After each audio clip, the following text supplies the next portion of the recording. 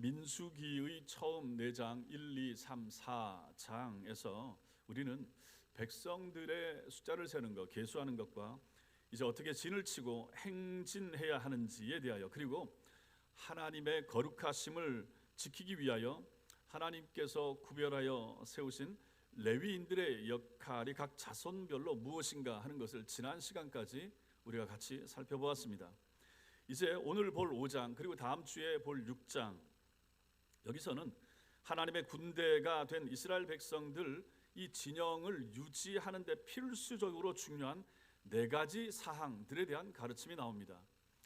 여러분들이 민수기를 전에 읽으셨죠. 그리고 여기에 나오는 내용들이 모르거나 좀 어렵거나 한 부분들이 있습니다. 이제 그런 부분들을 특히 이제 민수기에 대하여 앞으로 계속 설교할 거니까 요 시간들에 잘 들어두시면 유익하리라 생각이 됩니다.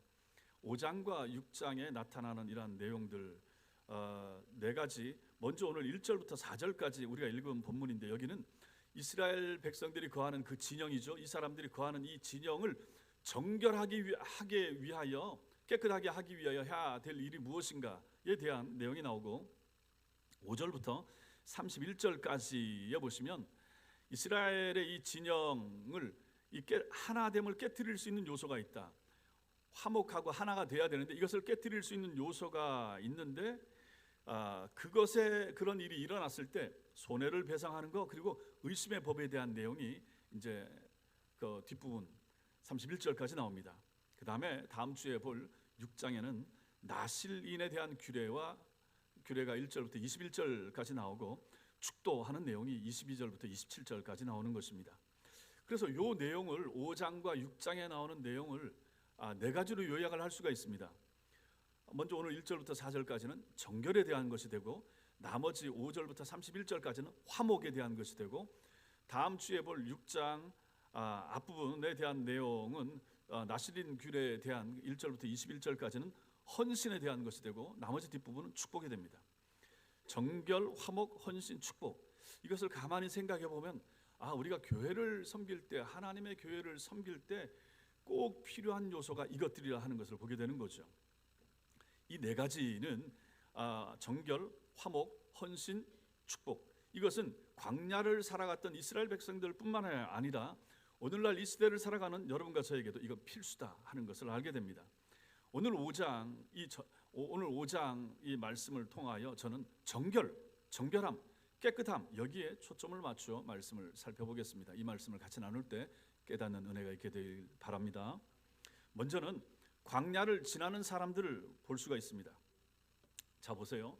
지금 이스라엘 백성들이 광야를 지나고 있습니다. 자, 지금 광야를 통과하고 있는, 물론 지금 이 사람들이 있는 위치 어디에 있습니까? 광야 중에 어디에 있습니까? 지금 이스라엘 백성들이 있는 곳이 어디예요? 어디입니까? 시내산입니다. 시내산에서 아직 출발하지 못했어요. 지금 율법을 받고 막 다 하고 있단 말이에요. 그리고 지금 숫자를 세고 있어요. 그리고 이제 저 뒤에 한 10장 정도 가면, 자, 이제 숫자 다 셌으니까 출발하라, 이렇게 말씀하시는 거예요. 그러니 아직 여기는 지금 시내산인 것입니다. 우리 복습을 한번 해볼까요? 광야를 생각할 때 출애굽기도 마찬가지고 민수기도 마찬가지고 3군데 포인트가 있다고 그랬습니다. 3 중요한 포인트, 장소. 첫 번째가 어디라고 했습니까? 몇 주 됐다고 기억이 잘 안 나시죠? 첫 번째는 시내산입니다. 시내산. 출발해서 홍해 건너고 머물러서 있는 곳이 시내산입니다. 여기서 한 13개월 정도 있죠. 그 다음에 출발합니다. 출발해서 저만큼 가죠. 중간쯤 가서 거기서 머무르는 아주 중요한 장소가 나옵니다. 거기 어디입니까? 가데스바네아입니다. 잘하셨습니다. 바란 광야 가데스바네아. 여기서 무슨 일을 합니까? 뭘 합니까? 정탐꾼을 보내는 거죠. 어디로요? 가나안 땅으로. 여기서 큰 실패를 하게 되는 거죠. 여기 가서 보고를 잘하고, 만약에 10대 2의 보고가 긍정이 10이고 부정이 2이었다면 갔겠죠. 그러면 거기서 일주일이면 들어갑니다. 그러면 가나안 땅 가는 거 일주일이나 열흘이면 들어갈 수 있었습니다. 그런데 긍정적인 보고가 2이고 부정적인 보고가 10이었습니다. 그래서 하나님께서 안 되겠다, 얘들 가지고는 어렵겠다. 그래서 거기서 이제 광야에서 뺑뺑이를 돌리는데 그것이 39년 정도 돌리시게 되는 거죠. 그래서 거기서 20세 이상 된 1세대 출애굽한 사람들은 전부 다 죽게 되는 거죠. 그 모래사장 속에 다 사람들을 묻는 작업을 결국은 한 40년 가까이 하게 되는 것입니다. 그리고 이제 마침내 이 사람들을 다 묻으면서 이제 20살 아래 사람들이 다 자라게 되죠. 이들이 자라고 성장하면서 마침내 당도하는 곳이 있습니다. 요단강 건너편 지점 어디입니까? 여기가 이제 모압 평지, 모압 광야가 되는 것이죠. 그래서 우리가 광야를 생각할 때는 세 가지를 생각하시라. 세 가지 포인트: 시내산, 그 다음에 가데스 바네아, 그 다음에 모압 광야. 그러니까 시내산, 바란 광야, 모압 평지, 이렇게 세 군데를 기억하시면 이 광야 40년은 정리가 된다 말씀을 드렸습니다. 지금 있는 것은 어디라 그랬습니까? 아직 시내산이라 그랬습니다. 여기서 이제 좀 더 이제 준비하고 그 200만 명이 움직이려고 한번 생각을 해보십시오. 그래서 앞에 1장부터 4장까지 뭐 어떻게 하고 진을 구성을 하고 동서남북으로 성막을 중심으로 세 진씩 다 진영을 갖추라 이렇게 하고 있습니다. 학자들의 그 견해에 따르면 이 성막을 중심으로 해서 그 주변에는 모세와 아론 그리고 레위 지파 사람들이 이제 거기 둘러섰죠. 고핫과 게르손, 무라리 이런 자손들이 둘러서고 그 주변으로 이제 세개 지파 해서 3, 4, 12, 12개 지파가 다 자리를 잡았다고 그랬습니다. 이 회막으로부터 이 한쪽 끝까지의 거리를 학자들이 한 1km 정도를 생각합니다. 1km. 그러니까 굉장히 먼 거리를 텐트를 친 거죠. 그리고 이제 여기에 있는 것입니다. 오늘 본문에 보면 진 밖으로 내보내라, 다 진영 밖으로 내보내라 라고 말하면 여기까지가 진영인 거예요. 회막을 중심으로 하여 이 회막에서부터 이쪽 진 동서남북으로 친 한 1km 이상까지 다 온통 다 뭡니까? 텐트촌이라 하는 것이죠. 그리고 여기가 진입니다. 이 진영 밖으로 이 불결한 사람들을 내보내라라고 하면 이 진영 저 바깥으로 나가게 했다 하는 것입니다. 자, 이제 이런 것을 배경으로 이제 오늘 말씀을 보는 거죠. 여기서 이스라엘 백성들의 이제 움직여서 출발해서 가야 되는데 시내산에서 출발하여 이제 바란 광야 가데스 바네아를 가고 거기서 또 실패함으로 말미암아 광야를 빙빙 돌다가 이제 모압 평지 가서 거기서 요단강을 건너서 가나안 땅을 들어가게 되는 것입니다. 자, 그렇다면 이 이스라엘 백성들 이걸 가지고 광야 교회라 말합니다. 이 백성들의 최종적인 목적지가 어디입니까? 가나안 땅입니다. 가나안을 가야 되는 거예요. 이런 광야 교회 이스라엘 백성들의 모습은 우리에게도 그대로 적용이 됩니다. 자, 여러분과 제가 민수기를 보면서 처음 시간에 말씀드렸던 것이 있죠. 우리도 광야를 통과하고 있다. 우리도 지금 광야를 지나고 있다 하는 거죠. 그럼 우리의 목적지는 어디입니까? 가나안 땅으로 예표되고 상징되는 천국이 되는 거죠. 이스라엘 백성들이 광야를 통과하여 가나안 땅, 하나님께서 예비하신 젖과 꿀이 흐르는 땅, 가나안 땅을 들어가야만 했던 것처럼 여러분과 제가 머물고 정착해야 될 것은 여기 이 세상이 아니라 여기를 통과하여 궁극적으로 하나님 나라라 하는 것입니다. 그러므로 우리의 목적은 이 땅에서 더 편하고 더 크고 더 강성한 교회를 이루는 것이 아닙니다. 우리의 목적지는 완성된 하나님 나라에 들어가는 것입니다. 이렇게 가나안을 향해서 가는 광야 교회가 만나는 유혹이 있을 수 있습니다. 그것은 뭐냐? 우리 입장에서도 생각을 해보면 여행을 하는 사람들 입장에 있어서 갖게 되는 마음이 무엇인가? 빨리 가고 싶은 것입니다. 일찍 잘 도착하고 싶은 것이죠. 목적지에 일찍 도착하고자 하는 것, 목적지로 가는 것은 잘못된 것이 아니지만 빨리 가려는 것과 과정을 생략한 채 도착하려는 시도는 문제입니다. 물론 우리가 여행을 가는 거하고 다릅니다. 여행을 가는 거야 좀 빨리 가고 지름길로 가고 일찍 가고 그건 문제가 될 것이 없습니다. 그런데 이스라엘 백성들에 있어서 이 광야 여행은 다르다 하는 것입니다. 우리가 성경에서 만나는 하나님, 여러분들이 성경을 읽으시는데 그 성경 속에서 여러분들이 하나님 만나는 하나님은 어떤 분이십니까? 어떤 하나님을 지금까지 만나오셨습니까? 한국 사람들의 특징이 뭡니까? 빨리빨리. 이거 뭐 동남아 사람들도 이 단어는 다 알고 있다고 하던데 빨리빨리. 자, 그러면 하나님도 빨리빨리를 외치시는 분인가? 그렇습니까? 성경을 보면 아니라 하는 것이죠. 오히려 우리가 보기에 하나님은 더뎌요. 너무 더뎌. 아주 답답할 정도로 더딘 분이 하나님이십니다. 구약 성경 전체에는 선지자들을 통해서 주시는 약속으로 가득합니다. 그 약속이 뭡니까? 구약 성경의 핵심이 뭐예요? 구약이 보여주고자 하는 것이 무엇입니까? 예수가 온다라고 하는 거죠. 메시아가 온다. 메시아를 기다리라 하는 것입니다. 메시아가 온다. 이 약속이 언제부터 주어졌습니까? 창세기 3장 15절부터 주어진 거예요. 가죽옷을 지어 입히는 거기서부터 여인의 후손으로 오실 메시아에 대한 약속이 주어진 거예요. 그러니 이 시간이 얼마입니까? 그냥 산술적으로 간단하게만 따져도 예수님이 오시는데 몇 년이 걸렸습니까? 4,000년이 걸린 거예요. 구약의 역사가 4,000년이거든요. 그 다음에 신약 교회가 100년이고 그 이후에 지금까지 2000년이니까 약속을 창세기에서 주고 나서 그 예수님이 오시기까지 4,000년의 시간이 걸린 거예요. 그러니 하나님의 시간은 뭐 빠르고 급하고 이런 것이 없더라 하는 것입니다. 신약 성경이 약속하는 예수님의 재림에 대해서도 마찬가지입니다. 사람들은 더디다라고 생각하기가 쉽죠. 신약 시대도 마찬가지고 그 이후에도 그러니까 이단들이 나오는 거예요. 예수님이 언제 온다? 중세 시대도 마찬가지고 17세기도 그런 사람들이 있었고 19세기요 20세기도 있었고 오늘날에도 예수님이 언제 온다라고 날짜 정해놓고 기다리는 사람들이 있는 거죠. 그만큼 급한 거죠. 기다리기가 어려운 거예요. 우리 자신을 보십시오. 여러분과 저는 어떻습니까? 우리가 예수님을 믿고 나서 뭔가 좀 속도감 있는 변화가 나타났으면 좋겠는데 그렇게 되는 경우들도 드뭅니다. 좀 예수 믿고 한 6개월 만에 금방 학습받고 또 6개월 만에 세례받고 막 믿음도 생기고 좀 이따 교회에서 집사되고 뭐 장로되고 권사되고 이러면 좋을 텐데 신앙이 이렇게 되든가 하는 것입니다. 그렇게 되려면 믿음이 들어가야죠. 마음속에 믿어져야죠. 신앙이 자라야죠. 성숙해 가야죠. 처음부터 이게 성경이 다 귀에 들어옵니까? 다 믿어집니까? 예수 믿은 지 3년 지나도 5년 지나도 심지어 10년, 20년 돼도 긴가민가하고 안 믿어지고 믿음도 안 생기고 그래서 교회에서 직분을 좀 맡으시죠 하면은 본인이 좀 거부하고 전 아직 멀었어요. 이런 분들이 많다 하는 것입니다. 그런 우리들을 생각해 본다 그러면 야 어쩜 이렇게 믿음이 안 생기지? 그런 마음도 들 수 있다 하는 것이죠. 그러나 우리 하나님께서는 더딘 하나님도 아니시고 혹은 너무 빨리 달리시는 하나님도 아니라 하는 것을 성경을 통해서 보게 됩니다.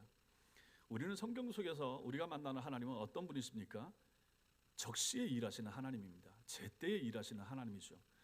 우리는 조금 빨리 했으면 좋겠는데 너무 느려요라고 하는데 하나님의 때가 하나님의 시간이 아직 안 된 거예요. 이걸 가지고 카이로스라고 합니다. 하나님의 카이로스, 하나님의 일하시는 특정한 시간, 이것이 안 된 거죠. 하나님께서 세상을 만드신 것을 생각을 해보십시오. 창조하실 때 공간만 만들지 않고 하나님께서 시간도 만드신 거예요. 이걸 생각해 보세요. 하나님은 공간과 시간을 만드셨습니다.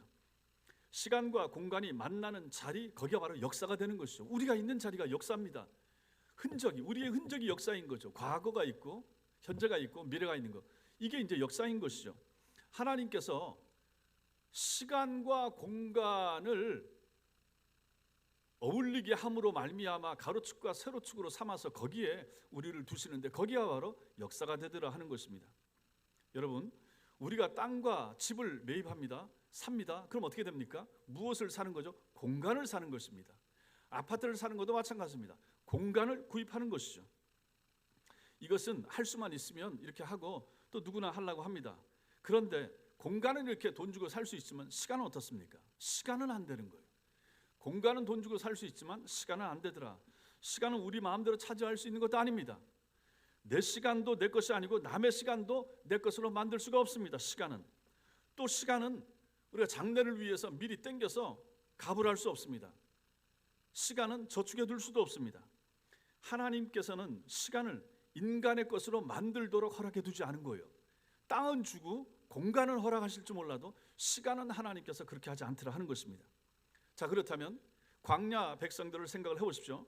이 사람들은 광야를 빨리 통과해 지나기를 바랐겠죠. 당연히 그렇겠죠. 애굽 땅에서 나와서 목적지가 가나안 땅이니까 이 광야는 거쳐가는 곳이란 말이에요. 빨리 지나가길 원했을 것입니다. 여러분과 저도 마찬가지입니다. 광야는 뭡니까? 과정입니다.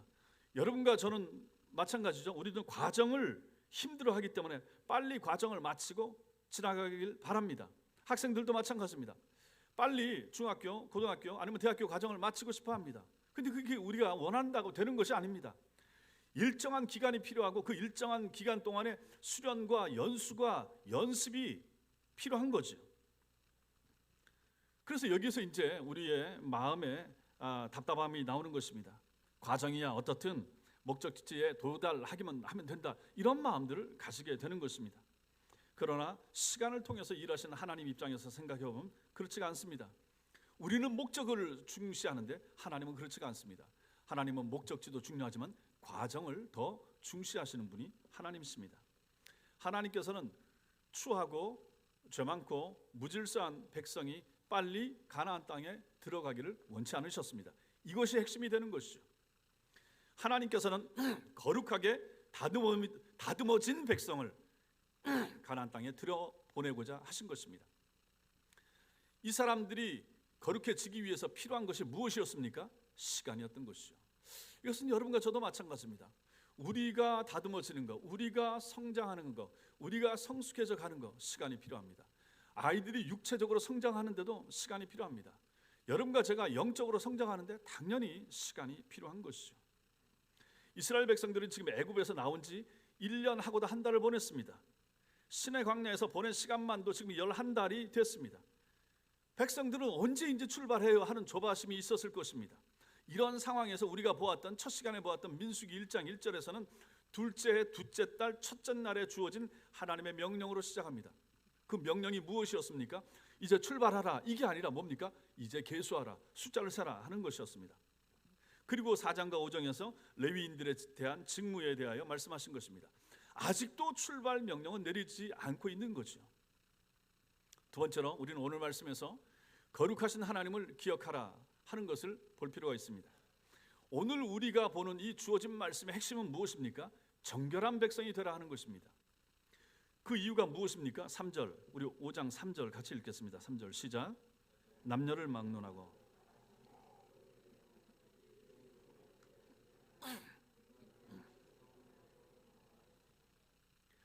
정결한 백성이 되어야 될 이유가 뭐라고 말씀하십니까? 하나님께서 그들 가운데 거하시기 때문에 그렇습니다. 하나님이 진영 가운데 거하시기 때문에 이스라엘 백성들은 정결하고 깨끗해져야 된다 하는 것이죠. 광야 교회 백성들은 가나안으로 출발하기에 앞서서 그들 자신이 누구인지, 그리고 그들 가운데 거하시는 하나님이 누구신지 이제 제대로 배울 필요가 있었습니다. 정결한 백성이 되라는 이러한 명령의 이면에는 그들 중에 거하시는 하나님은 거룩하시다는 전제가 깔려 있습니다. 하나님이 거룩하신데 거룩하신 하나님은 무엇인 너희가 더러우면 되겠느냐 하는 말씀이 되는 거죠. 이것은 바로 민수기 전체의 중요한 주제입니다. 보십시오. 거룩하지 않은 백성, 더러운 백성은 하나님 나라 가나안 땅에 들어갈 수가 없는 것입니다. 거룩함의 가치는 이스라엘 백성들에게 그 무엇보다도 중요했습니다. 지난주에도 말씀을 드렸는데 출애굽기 32장에 보면 모세가 시내산에 올라갔습니다. 모세가 잘 안 내려옵니다. 긴 시간 하나님을 대면하고 있습니다. 그랬더니 밑에 있는 백성들이 기다리다가 지쳐서 딴짓을 합니다. 이 백성의 장로들이 아론을 부추겨서 우리가 믿는, 우리를 인도할 하나님을 좀 보게 해주세요, 만들어주세요 라고 합니다. 그래서 금송아지를 만듭니다. 그러니까 이때부터도 이미 사람들은 자꾸 보고 싶어 하는 거죠. 여러분과 저도 마찬가지입니다. 보면 믿겠다 하는 것은 그때부터도 있었던 사람들의 속성인 거예요. 보여주면 믿겠습니다. 예수 믿으라고 전도하면 보았습니까? 만나봤습니까? 이제 이렇게 묻잖아요. 다 마찬가지예요. 그러니까 여러분과 저는 보고 믿으려고 하는, 봐야 믿는다고 하는 그러한 경향이 굉장히 강한 사람들입니다. 이스라엘 백성들도 마찬가지입니다. 하나님은 눈에 보이지 않습니다. 하나님 만나러 모세가 시내산에 올라갔습니다. 모세가 안 내려오니까 그 하나님 좀 보게 해주세요, 만들어주세요. 하도 조르니까 그래라 라고 하면서 금덩어리를 가지고 자기들끼리 금송아지를 만든 것이죠. 그걸 하늘에서 보시는 하나님께서 참 기가 막히게 하셨습니다. 답답해 하셨습니다. 그래서 하나님께서 내가 이들과 함께 같이 갈 수가 없겠다 이렇게 말씀하십니다. 하나님께서 좋다, 내가 천사들을 통해서 너희를 가나안 땅까지는 내가 인도할 수 있도록 하겠다. 그런데 나는 거기 안 들어가겠다. 너희들끼리만 가라. 하나님이 이렇게 말씀하십니다. 저들이 우상 숭배함으로 더럽혀졌기 때문에, 추하고 더럽기 때문에, 수준이 너무 낮기 때문에 내가 이 백성과 함께는 가지 못하겠다 이렇게 말씀하십니다. 만약에 하나님이 동행하지 않는 가나안 땅은 어떤 곳입니까? 거기가 축복과 행복의 땅일 리가 없죠. 하나님이 안 계시면 거기는 저주의 땅일 수밖에 없습니다. 그러니 모세가 하나님 앞에 납작 엎드리죠. 하나님 절대로 그러시면 안 됩니다. 하나님 잘못했습니다. 용서해 주옵소서 라고 하면서 하나님 앞에 떼를 쓰면서 하나님 앞에 빕니다. 그랬더니 결국 하나님께서 그 뜻을 돌이키셔서 좋다. 그렇다면 내가 그 백성과 함께 들어가겠다라고 약속하셨습니다. 여기서 우리가 보는 것이 무엇입니까? 광야 교회가 그들 가운데 계신 하나님이 거룩하신 것처럼 이스라엘 백성들은 반드시 거룩해야만 한다. 정결하기 위해서 노력하고 애쓰는 것이 필요하다 하는 것을 우리는 여기서도 보게 됩니다. 오늘 본문에서 하나님께서 이스라엘 백성들 전체에게 말씀하시는 것이 바로 그것입니다. 정결해야 된다 하는 것입니다. 하나님께서 이스라엘 백성들을 구원하시는 목적은 단지 젖과 꿀이 흐르는 땅을 얻어 누리게 하시려는 것이 아닙니다. 하나님의 이스라엘 백성들의 구원의 목적은 무엇입니까? 거룩입니다. 거룩을 다른 말로 신약적인 개념으로 바꾸면 뭐가 됩니까? 예수님을 닮는 것입니다. 거룩하다라고 하는 것은 예수님을 닮았다 하는 말과 같은 것입니다. 디도서 2장 14절 말씀을 보겠습니다. 읽겠습니다. 시작.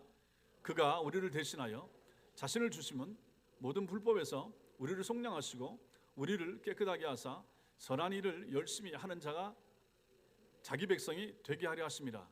그가 우리를 대신하여, 예수께서 여러분과 저를 대신하여 예수 그리스도 자신을 십자가 위에 내어 주심은 모든 불법에서, 여러분과 제가 살아가는 이 모든 불법에서 우리를 속량하시고 구원해 내시고, 그래서 여러분과 저를 깨끗하게 만드셔서 선한 일을, 하나님이 원하시고 하나님이 좋아하시는 선한 일을 열심히 하는 자기 백성, 하나님의 백성이 되게 하려 하심이라. 이렇게 말씀하십니다. 이것이 하나님께서 여러분과 저를 예수 믿게 하시는 목적이라고 이렇게 분명히 말씀하시는 거죠. 저기에는 무슨 특별한 축복도 형통하고 잘 되는 거, 건강하는 거 일단 없습니다. 그것이 목적이 아니라 하는 것입니다. 우리를 깨끗하게 만드셔서 하나님이 원하시고 하나님이 기뻐하는 선한 일을 열심히 하는 하나님의 백성 만드시는 것, 이것이 하나님께서 여러분과 저를 구원하신 목적이고 이유라 하는 것입니다. 그러므로 하나님께서 여러분과 저를 율법의 행위가 아니라 오직 믿음으로 구원하셨다 하는 것은 하나님의 선하심을 따라서 거룩한 백성이 되게 하려는 이러한 하나님의 목적 때문에 우리를 그렇게 불러내신 것이죠. 여기서 또 하나 우리가 기억할 것이 있습니다. 그것은 거룩한 백성이 되는 것, 이 목적과 가나안 땅에 들어가는 것, 이것은 두 개가 서로 충돌하거나 다른 목적이 아니라 하는 것입니다. 같은 것입니다. 계시록 21장 말씀을 보겠습니다. 시작. 무엇이든지 속된 것이나 가증한 일 또는 거짓말하는 자는 결코 그리로 들어가지 못하되 오직 어린 양의 생명책에 기록된 자들만 들어가리라. 아멘. 보십시오. 저기는 하나님 나라 들어갈 사람들의 자격 요건이 나옵니다. 하나님 나라에 누가 들어가는가? 속된 것이나 가증한 일이나 거짓말하는 사람, 추한 사람, 더러운 사람, 이런 사람은 결코 그리로 하나님 나라 들어가지 못한다. 누가 들어가는가? 오직 어린 양의 생명책에 기록된 사람들, 그리하여 정결해진 사람들, 거룩해진 사람들, 거룩을 위하여 열심히 달려간 하나님의 백성들, 이 사람들만 하나님 나라 들어간다 하는 사실을 보여줍니다. 그러니 성도 여러분, 이런 말씀만 보더라도 우리가 이 땅에 사는 날 동안 정결한 성도의 삶을 사는 것, 예수님을 닮아가는 것, 이 가치가 얼마나 놀랍고 중요한 것인가 하는 것을 보게 되는 것입니다. 우리가 민수기에서 만나는 하나님도 마찬가지입니다. 당신의 백성들을 가나안 땅에 들어가게 하시기 위하여 40년의 시간을 통해서 그것에 들어가기에 합당한 하나님의 사람으로 끊임없이 하나님께서 훈련시키는 거예요. 더러움을 버리게 만들고 좀 더 성숙하고 좀 더 하나님 닮고 좀 더 정결한 백성으로 만드시는데 그 기간이 40년이나 걸렸다 하는 것입니다. 중요한 것은 이 하나님이 여러분과 저 우리의 하나님도 되신다 하는 것입니다. 하나님이 이스라엘 백성들에게 정결을 요구하는 것처럼 여러분과 저에게도 정결할 것을, 깨끗할 것을 하나님이 요구하시는 것입니다. 여러분과 저를 단순히 천국으로 인도하여 구원하시는 것이 우리 신앙의 목적이 아니라 이 땅에서 사는 날 동안에 구별된 하나님의 백성, 예수 닮은, 주님 닮은 하나님의 백성으로 만드는 것, 이것이 바로 하나님의 목적이라 하는 것을 우리는 여기서 배우게 되는 것입니다. 세 번째로 오늘 말씀에서 우리가 생각해야 될 것, 이제 본문으로 들어가서 정결한 백성이 되는 방식을 보게 됩니다. 이것이 이제 5절부터 31절까지 나오는 내용입니다. 이 내용을 자세하게 우리가 살펴보지는 않겠습니다. 여기 이제 부정의 문제를 다루고 있는데 1절부터 4절까지 이것은 의도적이지 않은 이 의식상의 부정의 문제가 나오고 5절부터 10절까지는 공적으로 회개해야 될 그러한 범죄의 문제, 11절부터 31절까지는 언약을 깨는 신실하지 못한 죄의 문제를 다루고 있습니다. 이것을 다시 좀 더 설명을 하면 1절부터 4절까지는 의도적이지 않은 부정의 문제 3가지 경우가 나오는데, 나병 환자가 나오고 유출증 환자가 나오고 시체와 접촉했을 때 이 사람의 문제가 나옵니다. 여기 나병 환자로 번역된 단어는 오늘날 한센병, 문둥병과 똑같은 의미는 아닙니다. 악성 피부 질환 있는 사람, 이렇게 이해할 수가 있습니다. 그 다음에 유출증이라고 하는 것은 레위기 15장이 다루고 있는 증상인데, 고름과 피가 나는 성병 정도로 이렇게 이해할 수 있을 것입니다. 마지막으로 시체와 접촉된 경우까지 해서 이런 사람들은 다 더럽다, 부정해졌다, 추하다, 이렇게 되는 거죠. 그래서 이 사람들은 내보냅니다. 진영 바깥으로, 아까 말씀드린 것처럼 이스라엘 백성들이 동서남북으로 둘러싼 그 진영 아예 바깥으로 내보낸다 하는 것입니다. 이 세 부류에 속해 있게 된 사람들은 부정케 됐습니다. 그래서 진영에서 내보내야 되는 것은, 이것은 죄에 대한 징벌의 의미를 가지고 있습니다. 일반적으로 우리가 징벌이라고 하면 매질을 하거나 감옥에 가두거나 벌금을 내게 하거나 이런 방법이 있을 수 있는데, 오늘 여기서 뭐라고 말합니까? 진 밖으로 내보내라고 합니다. 진영 밖으로 나가라. 근데 사실 이것이 광야 시대를 통과하고 있었던 이스라엘 백성들 입장에서는 이 징벌이 더 큰 징벌이었습니다. 왜 그렇습니까? 진영이라고 하는 것은 하나님이 거하시는 곳을 진영이라고 말하는 것이죠. 회막이 있고 이스라엘 백성들이 함께 있는 이 공동체, 여기 하나님이 거하십니다. 그런데 이 진영 밖, 여기 광야 밖, 여기 황량한 곳, 짐승들이 있는 곳, 그 다음에 이방 적들이 쳐들어올 수 있는 곳, 여기는 일단 이 개념상 보았을 때 하나님의 돌보심과 도우심이 없는 곳이 되는 거죠. 근데 여기로 나가라라고 하는 것은 하나님과의 단절을 말하는 것이 되기 때문입니다.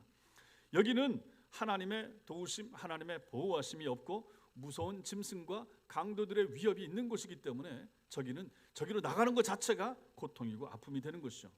이것을 우리한테 적용을 하면 어떻게 되겠습니까? 우리 성도들에게 있어서도, 여러분과 저에게 있어서도 하나님과의 단절, 이것은 징벌이 되는 것입니다. 하나님이 무관하게 내버려 두는 사람, 하나님의 도우심과 은혜가 우리에게 주어지지 않는다라고 하면 이것은 얼마나 큰 고통입니까?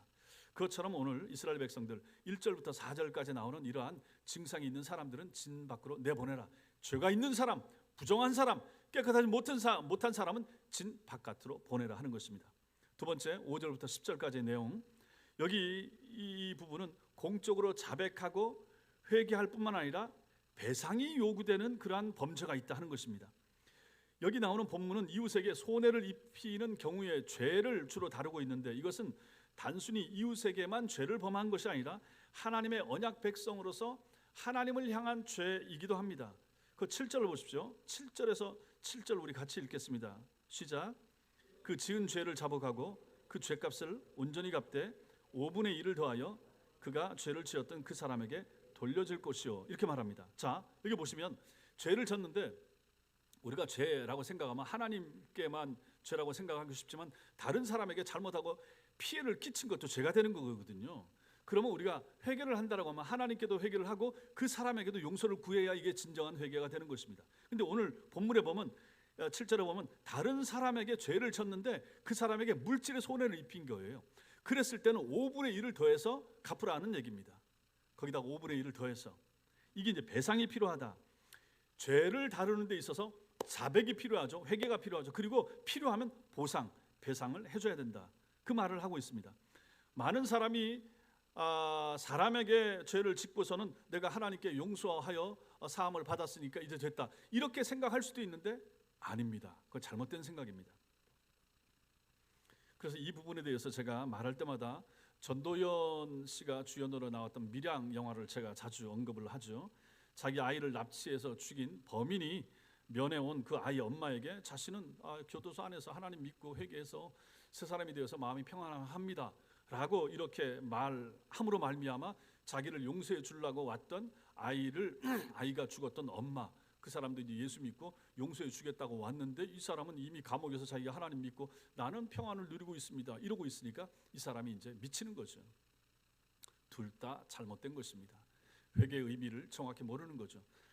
감옥에 있었던 사람이 정말로 거기서 하나님을 만났다 그러면 얼마나 하나님께도 먼저는 죄가 되지만 내가 죽였던 아이의 엄마에게 내가 얼마나 못할 짓을 했는가에 대하여 깨닫고 그 부모가 원하는 대로 사실 해달라는 대로 해줘야만 되는 거죠. 그래서 마음이 풀어질 때까지. 근데 그런 걸 하지 않았다 하는 것입니다. 그러니 이것은 참된 용서가 아니었다 하는 것을 보게 되는 거죠. 그러므로 여러분과 저도 마찬가지입니다. 이런 것들이 바로 하나님의 이 사죄의 방법을 모르기 때문에 나오는 그 무지함 때문에 그런 것입니다.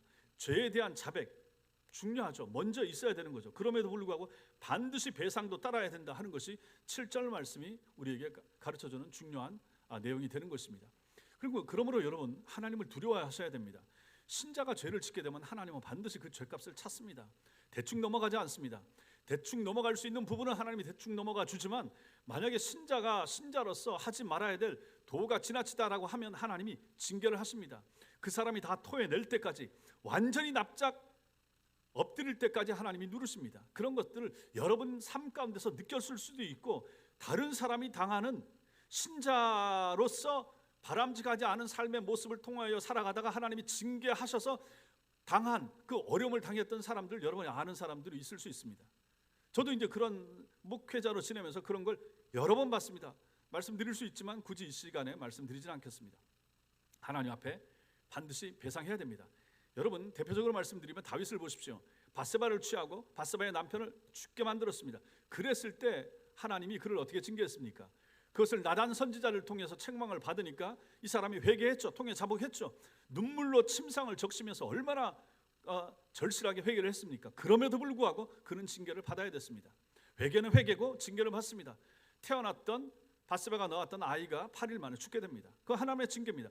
그리고 나서 자기 아들이 아버지를 죽이겠다고 압살롬이 쫓아오는 것 때문에 얼마나 그 인생에 고통스러운 시간을 많이 보내야만 했습니까? 그것이 죄에 대한 징벌을 땅에서 받는 거예요. 그러나 이것이 신자 입장에서는 감사한 거죠.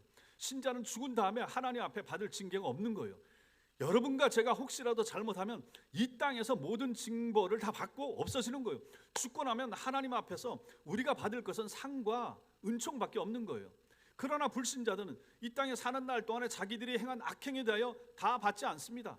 받는 경우도 있지만 그 불신자들이 살아가면서 지었던 하나님 앞에서 사람 앞에서 행했던 모든 악행들 다 안 받을 수도 있습니다. 그런데 그 다음이 문제죠. 자기가 지옥 가서 받게 되기도 하고 자손들이 잘 안 될 수도 있습니다.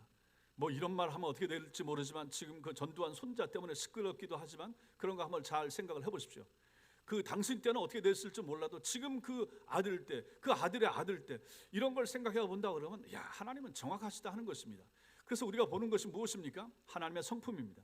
하나님 성품 중에 가장 중요한 두 가지 성품이 무엇입니까? 사랑과 공의입니다.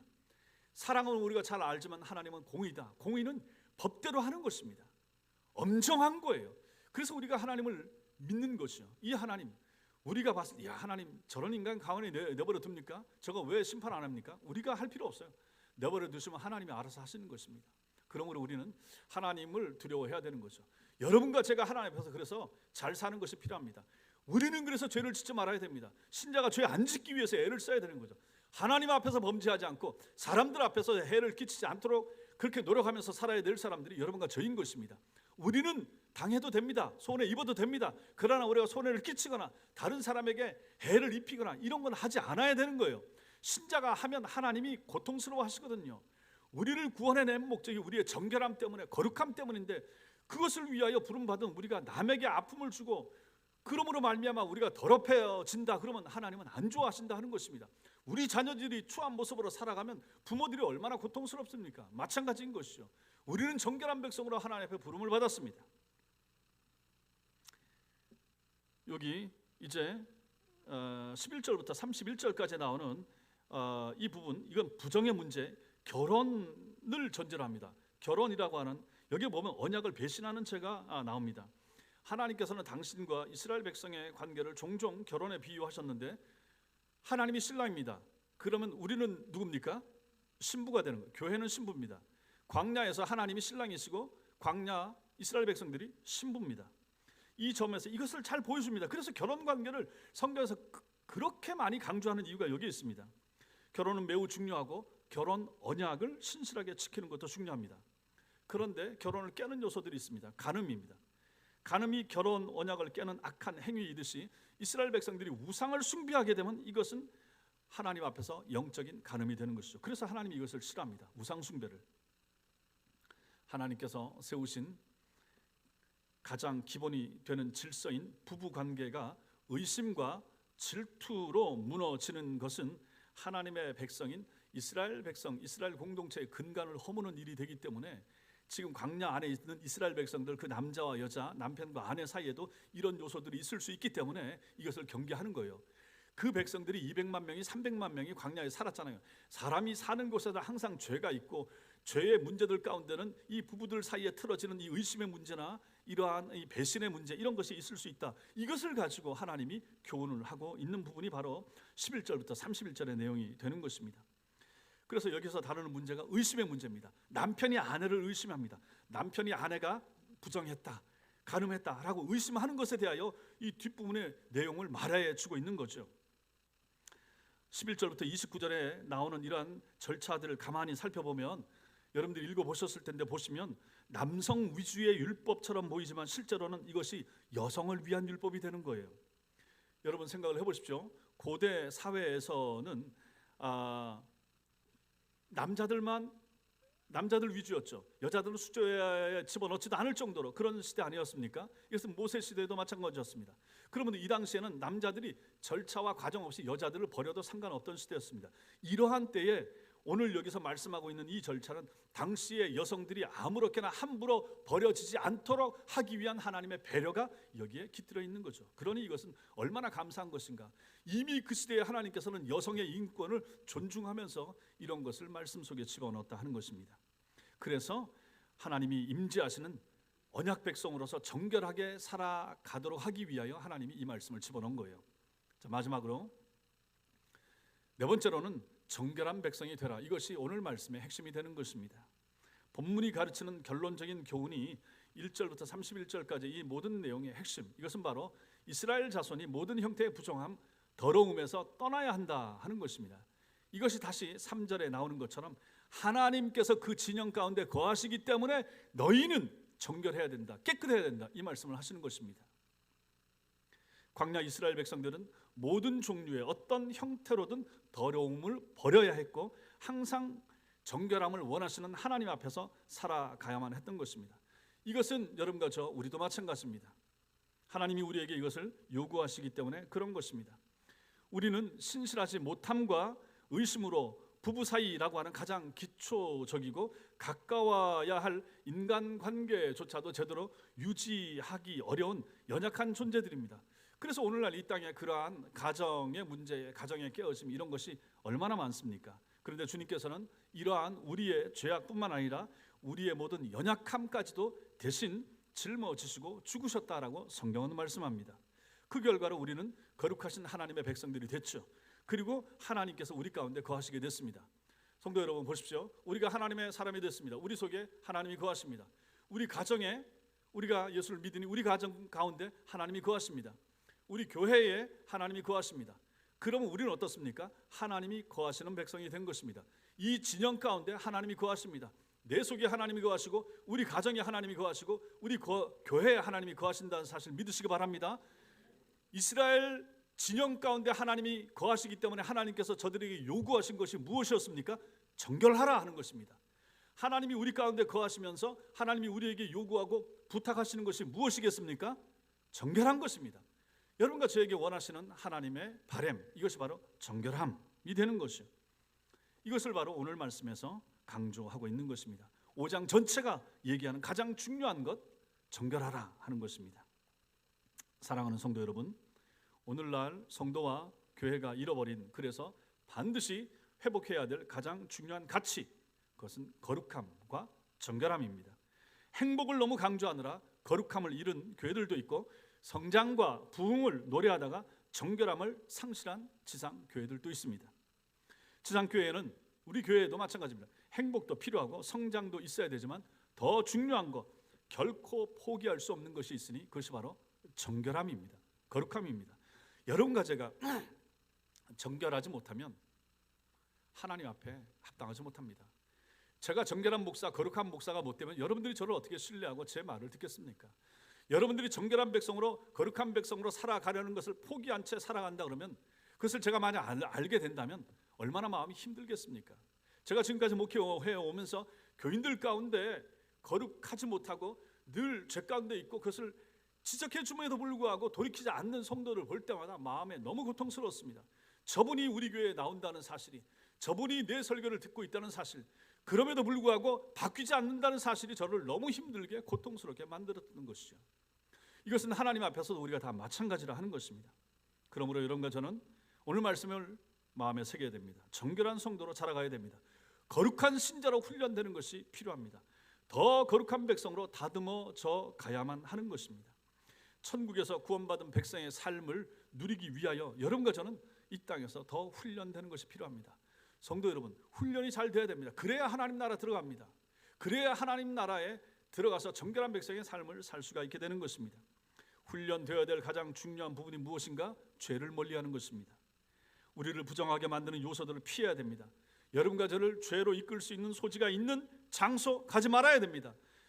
그 사람을 만나면 혹시 죄에 물들 여지가 있습니까? 그 사람 만나지 말아야 됩니다. 관계를 끊으셔야 됩니다. 혹시라도 잘못해서 죄를 지을 수 있습니다. 죄를 짓게 되면 즉시 회개해야 됩니다. 하나님과 사람에게 회개하고 필요하다면 다른 사람에게 배상까지 해야 됩니다. 우리는 하나님을 잘 섬기기로 약속한 언약 백성들입니다. 하나님 앞에서 신앙의 정절을 지켜야 됩니다. 배도하지 말아야 되고 배교하지 않아야 되고 배신하지 말아야 합니다. 주 성령이 우리 가운데 계시고 삼위 하나님께서 우리 교회 중에 계시기 때문에 우리 자신과 교회를 더럽히지 않는 정결한 하나님의 백성으로 날마다 자라가시기를 주님의 이름으로 축원합니다. 기도하겠습니다.